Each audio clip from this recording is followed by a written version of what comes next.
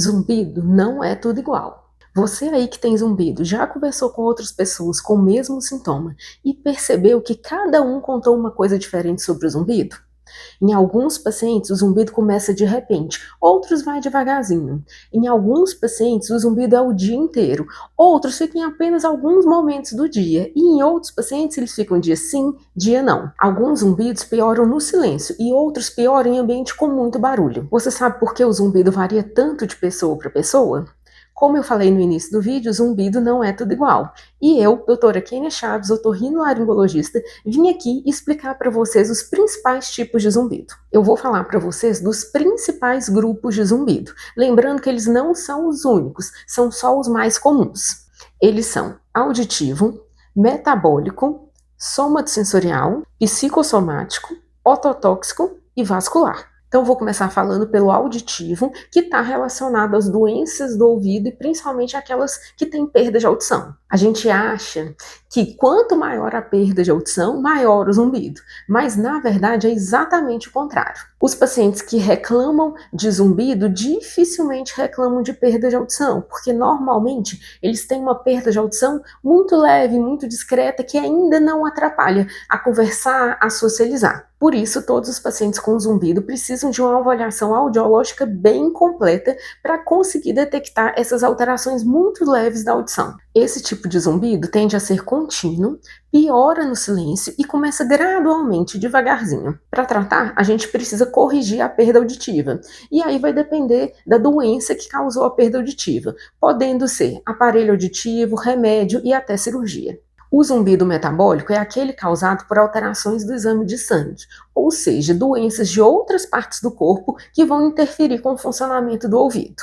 As mais comuns são alterações da glicose, tanto glicose muito alta quanto glicose muito baixa, alterações da insulina, principalmente insulina muito alta, alterações hormonais, tanto de hipotiroidismo quanto de hipertiroidismo, e alteração dos hormônios sexuais femininos, tanto climatério, quanto gravidez, quanto o uso de hormônios para reposição hormonal no climatério ou para anticoncepção. Falta de vitaminas, principalmente vitamina D e vitamina B12, e falta de minerais, como magnésio, zinco e selênio. Normalmente são zumbidos que começam devagar, oscilam bastante durante o dia, então tem períodos do dia que eles ficam mais altos e períodos que ficam mais baixos, e muitas vezes ele tem aquela sensação de ouvido entupido e sensação de tontura associada. O tratamento é com remédios, variando de acordo com a causa encontrada no exame de sangue. Já o zumbido somatosensorial é aquele relacionado com a musculatura da cabeça e do pescoço, principalmente da ATM, que é essa articulação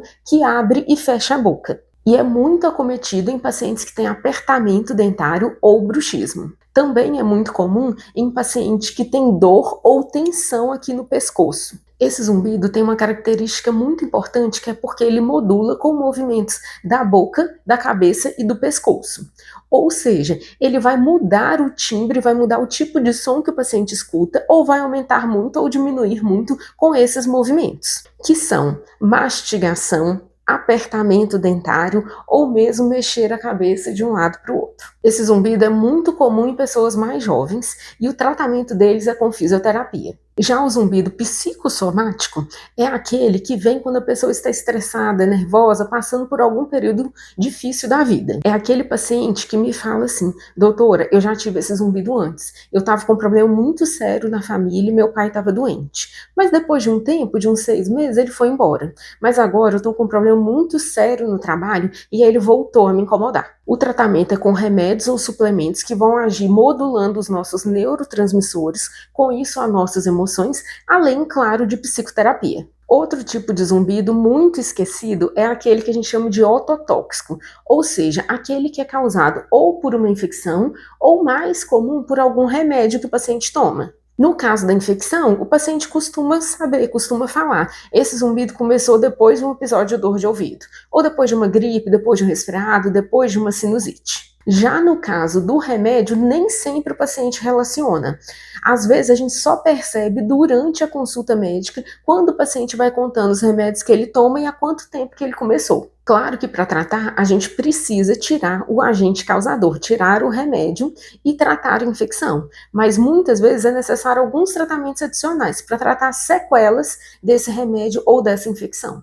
Por último, a gente tem o zumbido vascular, mas não se engane que ele ficou por último porque não tem importância. Pelo contrário, o zumbido que tem aquela sensação de coração batendo no ouvido, pulsando, de ter um ritmo, é o mais perigoso para a gente, porque ele pode indicar algum tipo de tumor. Então, os pacientes com zumbido pulsátil sempre vão precisar de exames de imagem, de uma investigação mais detalhada. Mas na grande maioria das vezes, esse tipo de zumbido não é causado por tumor.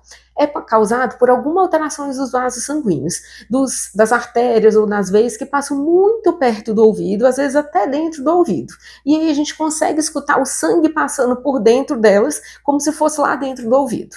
Além disso, esse tipo de zumbido também pode ser causado quando as veias que levam sangue para dentro do ouvido estão muito entupidas, por placa de colesterol, por exemplo. O tratamento desse tipo de zumbido varia bastante, podendo precisar de remédios e até mesmo de cirurgia. Ah, doutora, mas como que eu vou saber qual que é o tipo do zumbido e como que eu vou tratar? Isso é fácil, gente. Esse tipo de classificação é feito depois de uma consulta e depois de exames complementares. E, claro, a consulta com o especialista, que é o otoneurologista, ou seja, o otorrino e especialista em zumbido e tontura. Então, se você escuta o zumbido, quer saber qual a melhor maneira de tratar o seu zumbido, clique no link da bio, agende sua consulta e venha junto comigo descobrir qual é o seu tipo de zumbido e a melhor forma de tratá-lo.